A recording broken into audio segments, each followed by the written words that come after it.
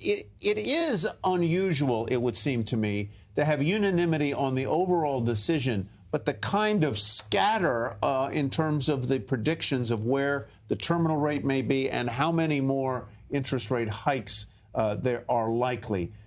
Have you seen a Fed like this in your recollection? Well, first, Tyler, was that your job application for the Wall Street Journal? Would you like to put in a good word I'm happy where I am. That's pretty unusual. I think that often it's said that the argument at an FOMC meeting is not about what happens at the current meeting where the signal has been sent, but what's going to happen at the next meeting. So it must have been that enough people were comfortable with the chair and the vice chair designate's call for us to skip a meeting. Everybody agreed to that, but they don't all agree on where we go from here. I agree with what Greg said, is that this does give them some options. If the economy is a lot worse, inflation is down, more banking problems, then they're not committed to a rate increase. This is just a signal that a lot of them think more is going to be needed.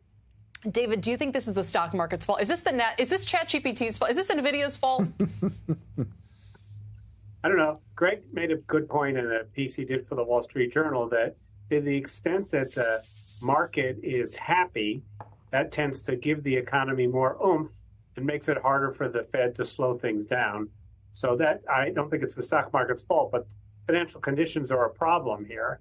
I haven't looked at what the bond market did. Look, I think that the signal that a lot of them want to raise rates by 50 more basis points is going to have a depressing effect on the markets and the economy over time, even if it didn't right away.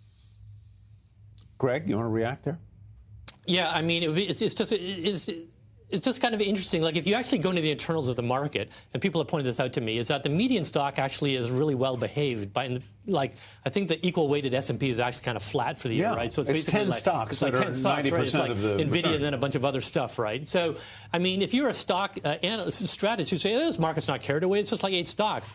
To which the Fed's response is, well, yeah, well, NVIDIA's worth $1 trillion, okay? And, like, Intel's only worth like 1/10 of that. So I care about the fact that there's $1 trillion of stock market wealth out there that's having an effect on people's propensities to spend, you know. They can't wish away the fact that almost all the contraction in equity values that happened when they first started tightening is gone, right? The financial conditions tightening hasn't been what they expected. And the multiple for the market undeniably high. Go ahead, David. I think, look, the real thing they're looking at is that the pace of the economy remains surprisingly strong. The job market is strong. Vacancies have come down, but not a lot.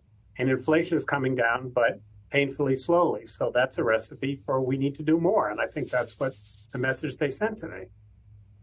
Do they land the plane? Do they land the plane smoothly, David? In other words, avoid a recession? It is a tough one to do. You know, it's kind of funny. All these recession forecasts keep getting pushed out. First was going to be the first quarter. I still think we're going to have a recession because I think they will do what it takes to get the unemployment rate up to the forecast level. But I agree that there's a better chance than I used to think of a soft landing.